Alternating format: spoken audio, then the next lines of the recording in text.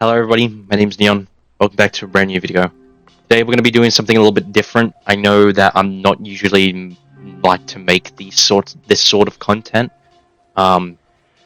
This has been a very big week for gaming. Fortnite has announced that the brand new season of Lawless coming very soon on the 21st. Marvel Rivals is getting the new update with two brand new heroes coming on the 21st as well. And of course, Overwatch 2 is releasing Season 15. Actually today, at some point. I think today for me is the 18th, so it's going to be released today at the end of the night. But that's what we're going to be talking about today, is Overwatch and Overwatch 2, and what happened last week or a couple of days ago, and what I think about it. So if you didn't know, Overwatch 2, basically, or Blizzard, or Team 4, if you're a veteran like me, know them as, made a massive 30-minute to 45-minute video, basically explaining what the first half of this year would be in their Overwatch 2. So what modes they're adding, what characters they're adding, content that's coming, stuff like that. Really important stuff, because they didn't host BlizzCon this year, so this gives them a lot more content and a little bit more of just a little bit of a view about what the team is working on and stuff like that. If you don't know me, I am a massive veteran of Overwatch. I have played Overwatch since June of 2017, even probably before that. I've been playing this game for, I would say, up until they stopped updating the game during Overwatch 1 to work on Overwatch 2. I was there for the announcement of Overwatch 2, not in person, but I watched it live at 2 AM when it was announced. What I'm trying to say is, as I've played this game for a long time, I think I have my highest hours heroes are Genji and Tracer, with both 39 hours played. I'm pretty sure I have easily over 2,000 hours on Overwatch, so I kind of want to give you this perspective of who I am and what Overwatch means to me. Overwatch is an incredible game. I've played it for a long time, and of course people have their criticisms about it. Is Overwatch 1 was stale, and it did ruin a lot of the perception I had with Overwatch. There was a lot of problems in Overwatch 1 that just made me turn off the game, and I didn't want to come back until Overwatch 2 was out, and that's what I did. A lot of things people don't know about Overwatch's 2 development is a lot of stuff that I know, and not a lot of people that talk about it and don't really play the game know about it. So I want to try and explain why, in my opinion, what happened with the devs that worked on Overwatch 2, what is Team 4 and what is it now, and why I'm very proud of Team 4, and this spotlight completely changing my expectations of Overwatch 2 moving forward. So if you guys don't know, in I think 2019 or 2020, Jeff Kaplan walked up on stage at BlizzCon and announced Overwatch 2 was going to be a brand new IP, not necessarily a brand new IP, but an evolution of Overwatch. He basically said that Overwatch 1 and Overwatch 2 were going to be two separate games, and that the Overwatch 2 now that we have now was going to be completely different to his vision. If you don't know, Blizzard went through the absolute ringer when it came to controversy, and that really affected the Overwatch team. Like, it affected the Overwatch team the most out of any team, even worse than World of Warcraft or even Diablo. It was awful. If you don't know, when eventually Jeff Kaplan left Blizzard and left the game director position open for anyone that wanted to claim it, and the next game director of Overwatch 2 was Jeff Goodman, and Jeff Goodman basically took over the workload of Overwatch 2.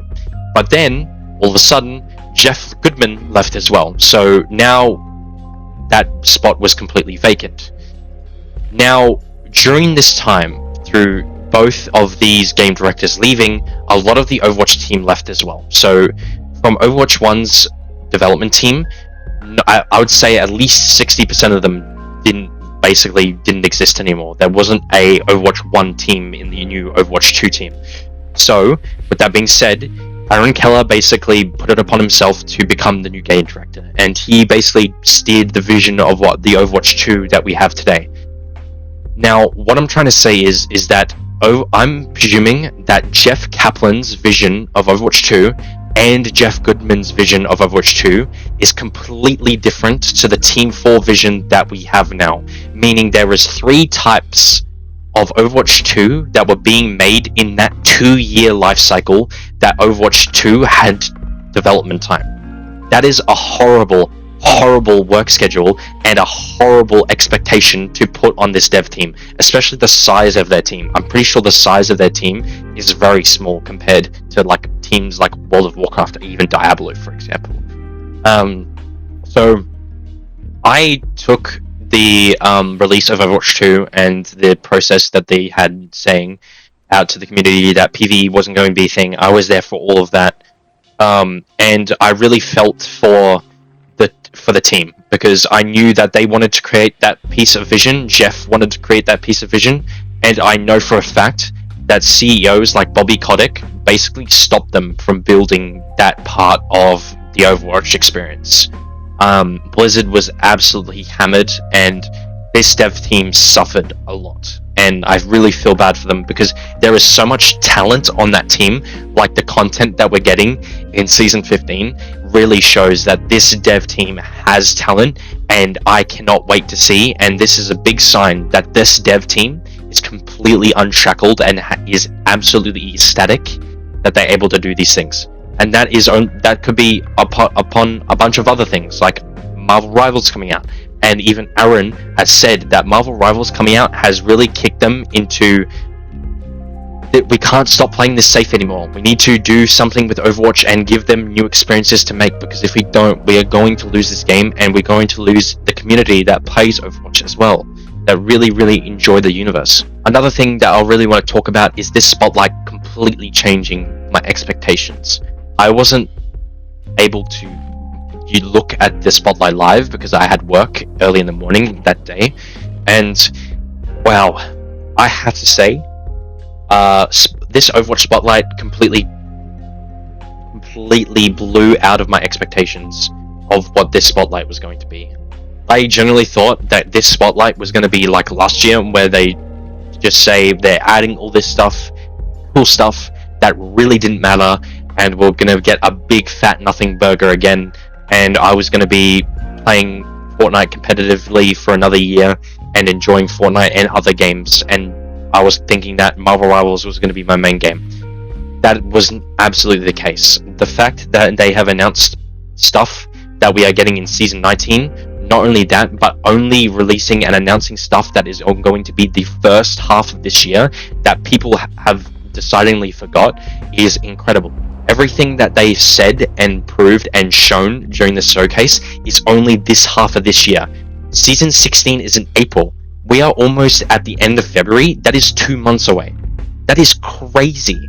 So in the span of 4 months, we are getting not only the perk system, which looks amazing, we are getting hero bans, map voting, the ability to play Stadium, which looks fantastic, by the way. I completely love the ability that we're looking at PvE assets and wanting to reuse them. I think that's awesome. New heroes, new mythic skins, new collaborations, new stuff to enjoy Overwatch with, and I think that's what these guys wanted to do. Obviously, as Aaron said in the spotlight, I genuinely think there is going to be more stuff added toward the end of the year. They're going to do more things, and I think that's awesome to see. I just wish that we had a little bit more of a kind of like a board-on experience where, I don't know, they give us some timeline actually on screen and give us slow detailed of what it's going to be about. I think a lot of the stuff that they mentioned was way too quick, way too fast. There wasn't really anything that I could really say that I disliked about the spotlight, honestly. But there is a very big criticism that I have, and it's not with the Overwatch spotlight, it's not even with Team 4, it's not with, well, even though I would say that I've hated Blizzard for the way they've treated the Team 4, which is the Overwatch team. there's one thing that has made me just wonder why. Just it makes me feel bad, and that's the community's reaction. And not only the community's reaction, is that the people that are outside of the community that don't even play Overwatch, how they've reacted to the spotlight. I have gone through several videos of people's videos looking through the Overwatch 2 spotlight, and some of them are positive, some of them are very negative. I've found to see more negative videos than positive videos. I've watched through Moist Critical's video, Devatoris, if that is how your name's pronounced, I'm very sorry if I butchered your name. Hydron, who was a competitive player that absolutely shit on the Overwatch 2 spotlight. I've watched Flats' live stream at the Creator Summit, which I'll get into a little bit. I've watched videos from Ralph, who was also a little bit negative, and I thought his negativity was completely unreasonable. Frogger's video, Frogger being at the Creator Summit as well, and a ton of other videos like Stylosa going into how he is really looking forward to this update. People like Master Ian Gamer, I think that's how you pronounce his name. Boga, his videos I've watched through a large Levin2, Nappy. I'm looking through other ones like Ace of Spades as well.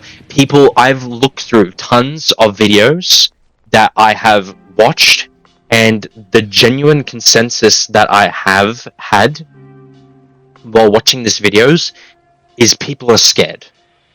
And I think that's completely fair, especially with the false promises that this team has made, or even not even the team, that the company of Blizzard has made this Overwatch team do to its community. It's basically committed suicide on itself. And it's really, really bad for the community because it just shows them in a bad light. There's a couple of things that I agree with, like for example, Stylosa thinks that they should just take the 2 out of Overwatch 2. I completely agree. I think they should just keep it as Overwatch and always should be running with that the entire time. Aaron has actually hinted at the possibility of this happening, but I think that's going to be either next year or the year after. And people are generally scared about perks and even the stadium mode, which is crazy to think about. So I'm going to get into the people's criticism with perks is that they feel like they're going to be too overpowered, and in that case, the easiest solution that I can bring up is hero bans. Hero bans and perks are going to be in the same game mode. They're going to be in competitive, even though they're not going to be in casual. I feel like casual going to have a more better experience than competitive, since perks are going to be a new way to evolve your character beyond the regular hero fantasy that we've had for almost over 10 years now, which is crazy to think about.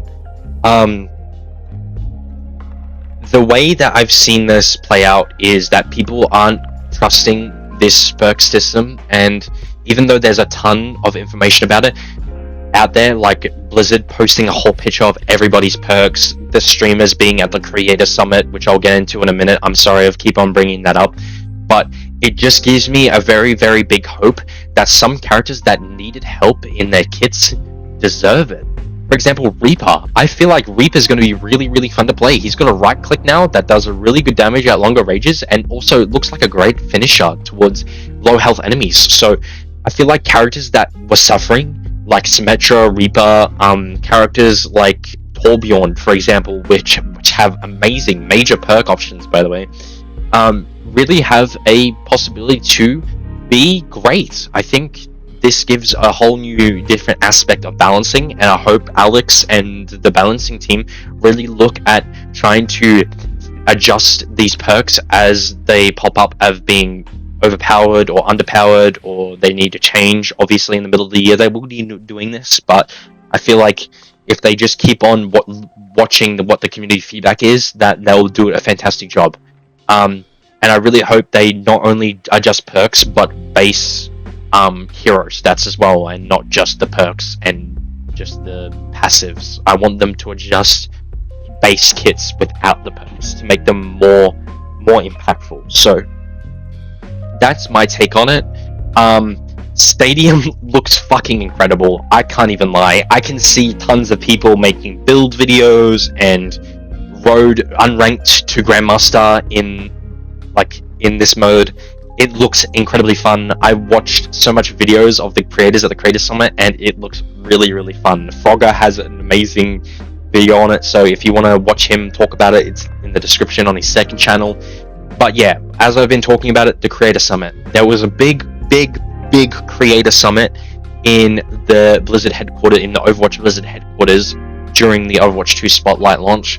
And it basically had every content creator that you could possibly imagine. Flats, Aspen, Frogger, Bogger, J3, Emong, a couple of other streamers. And what I can say is, what Flats is saying, they put effort into this Creator Summit. Half of their Overwatch headquarters, or the Overwatch half of Blizzard headquarters, was completely changed into a LAN, where PCs were set up for them. There was scuffed issues, obviously. It wouldn't be a Creator Summit without buggy computers, but genuinely it looked fun watching the creators play the new systems and play the new game modes that Blizzard announced.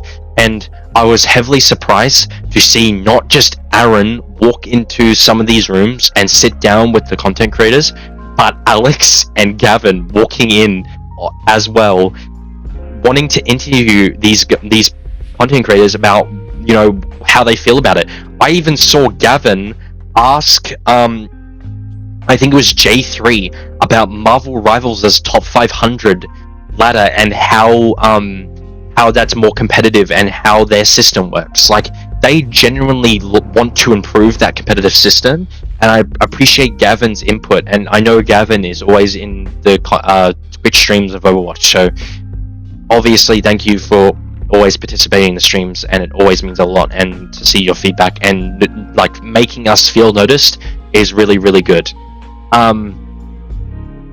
So in that regard, I want to applaud Team 4, because Team 4 has picked up their game. Last year, I didn't touch Overwatch 2 until, I would say, 3, 4, 5 days ago. I actually touched it and played more than 25 games of Overwatch, and I cannot wait for next season. I cannot wait for this year. I think it's going to be a very, very good year for Overwatch, and I can't wait to see what the devs actually do with what they have. So next thing is, I want to talk about Aaron's words in interviews. I think he did an interview with some gaming reviewing mob. I don't know what it is, but I think Stylosa covered it. But he essentially said that Marvel Rivals is going to be great competition and has really kicked the Overwatch team into high gear, and basically said that it is we can't play it safe anymore, and that is true. People have been saying that they've added loot boxes back because of Marvel Rivals, that they added third-person mode because of Marvel Rivals, that they've added all the other stuff like Stadium because of Marvel Rivals, and that's just simply not true. If you watched the Spotlight and you didn't just only play Marvel Rivals for the past month and actually watch the Spotlight, you would know that Stadium has been in the works for at least a year or more. And I don't blame them, because with all the assets that they've made to PvE, that they had for PvE, now stripped away, what are they going to use with that? And I think that's a great way to use it in a game mode that's transformative and gives the hero fantasy and how that feels to the players. I think that's fantastic. And a lot of Aaron's words were, we know that Overwatch 2 has stumbled when it first released, and it shouldn't be even called Overwatch. Well, he didn't really say that, but it shouldn't be called Overwatch 2. That we want to call it Overwatch, and what Overwatch is to us is completely different to other people, and that's awesome. That's the core of the community, and I really, really respect Aaron for that. the Creator Summit, I was watching Aaron sit by Flats while he was playing the Stadium mode as Reinhardt, and just them having a ball, watching Flats fly through the air as Reinhardt, and Aaron beside him laughing his ass off was fantastic. It is literally the epitome of what Overwatch's community should have been from the very start. So I do appreciate it, to what they've done with Overwatch and the things that they've done for the community. And I think taking feedback from us is very, very important. I think that is really all I want to talk about. If there's anything you guys want to add on to the spotlight, onto this video, or want to hear my thoughts about it, leave a comment. I'm happy to answer your questions. Any questions about the new upcoming stuff, I'm also completely open and I can answer those for you. One more thing that I want to touch on is that during Charlie's video about him adding loot boxes back because of Marvel Rivals, or that's what a lot of people say on Twitter, that's just simply not true. I think loot boxes were a great way to bring in more players, and not only just more players, just bring back some of the older community back. I feel like loot boxes were the great way to monetize the game. I think that's what their feedback was meant for. I think they listened to that feedback and introduced a big major overall system to loot boxes. For example, now you can see there's a pity system. If you open 5 loot boxes, you're guaranteed an epic, and if you open 20, you're guaranteed a legendary. Or the fact that Gavin said that you can see what they have in each box, or they give you more of a transparent view of what you can see or what you can get in each box. I'm pretty sure that shop skins from the past year are in this loot box system, which is fucking awesome, giving the ability to collect bundles that you had to pay for before, and opening boxes is great. No duplicates, a fantastic addition that should have been in Overwatch 1, for God's sake. And people are saying they're introducing these back because there were something from Overwatch 1 that they could have just imported. That's not true. Everything in Overwatch 2 had to be built on a brand new game engine and had to be built from the ground up. Everything from Overwatch 1 had to be rebuilt, and if it wasn't rebuilt, it had to get scrapped and it was deleted, and they had to rebuild it from scratch. Just like hero portraits, while you play in competitive play, are now there and displayed when they weren't before. Do you know why? Because this game is on a brand new game engine, and they had to build that from the ground up and re-add it to the game, because on the new game engine, it wasn't built. It's not just as simple as copy and paste from Overwatch 1 to Overwatch 2. It takes development time, and it takes real dedication to add these systems back in. Is that an excuse for them that they should have had it from the day one? Absolutely. That should be... Aaron and the team should be definitely disappointed in themselves that they should be adding these stuff from day one, but I'm very happy that they've taken upon themselves and say, yes, we did stuff up, I think we should re-add this back in, and that's fantastic. So, closing thoughts. Overwatch 2, is it saved? Maybe. I think it's a very, very high maybe. I think the perk system is great, Stadium is great, the new mythic skins are great, even though I'm not there for skins, I'm there for gameplay, competitive gameplay and updates. I'm always there for those 3 core things, and if that doesn't meet my expectations, I'm out. The cosmetics are just like a plus. New heroes, the new heroes that they're adding, the Stadium, new competitive systems like the galactic weapons, and stuff that really help, like hero bans and map voting, is something that I'm really proud that they're adding. And I think if you saw my tweet on Twitter, I'm going to put it on screen as a tweet that I did reply to. I think it was the February 17th, so yesterday. A person by the name Page posted saying that I think people forget before Microsoft bought Blizzard that the CEO absolutely hated Overwatch and wanted to see it fail. The team is doing the best with what they can do, and the game has improved so much within the past year or so, and I completely agree. I commented and said I'm glad to see that someone agrees, to see the absolute poor handling and management, leadership and greed from the CEO and the Corpa during Overwatch 2 development. I agree that this is the best, this new Team 4 is the best we have ever seen the Overwatch team, and can't wait to see their plans for the rest of the year, and I'm generally excited. and that's true. That is all true. And if you want to see what she's talking about with Bobby Kotick and how he wanted to see it fail, she actually has a ton of receipts from old Overwatch employees that have left. I think one of them was Andy. I actually remember Andy from the original Overwatch team, so that's awesome.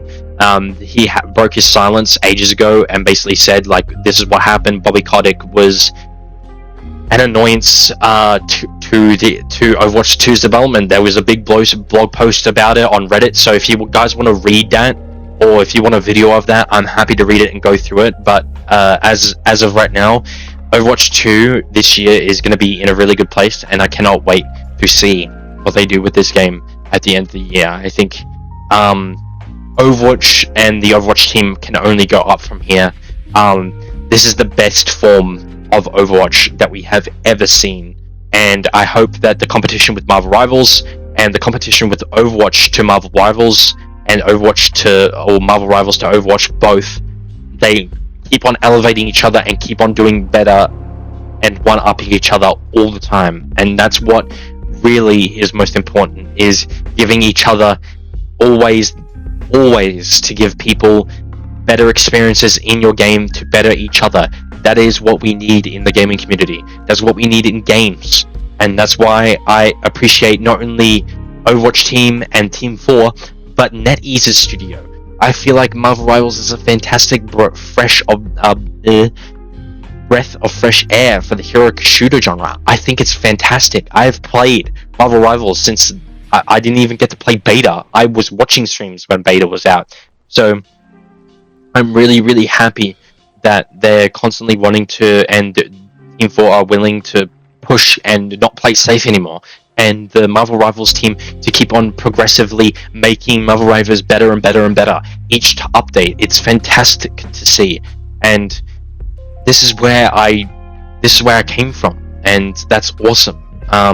But for now, these types of videos will not be what we're making anymore. This video was only made because of the feelings that I have against Overwatch 2 and how I feel about the recent slander that content creators have been giving this game, and not giving the good graces of the development team. So with that being said, I'm going to be kind of going over what you're going to be expecting from this channel in the near future. I'm going to be a content creator for a variety of games. I'm not going to strictly give myself and only play one game. I'm going to be playing many games. In Fortnite this year, and in its Chapter 6 Season 1, I got into Div 2. I was Silver in Kano, and I was playing very pro-rated scrims. And I want to keep playing Fortnite. I think Fortnite is incredibly fun, especially with the new update coming out. I want to play Marvel Rivals. I've streamed over on Twitch, twitch.tv/neon with 3 N's, GG. I've played Marvel Rivals. I'm going to be playing Overwatch when Season 15 comes out. I want to play Valorant on stream more. I want to play a whole bunch of different games on stream, and I want to make videos about them. So if you guys want me to make videos about games that you guys want to see me play, I'm happy about that. I'm going to be doing variety on this channel. I'm going to be doing variety on Twitch as well.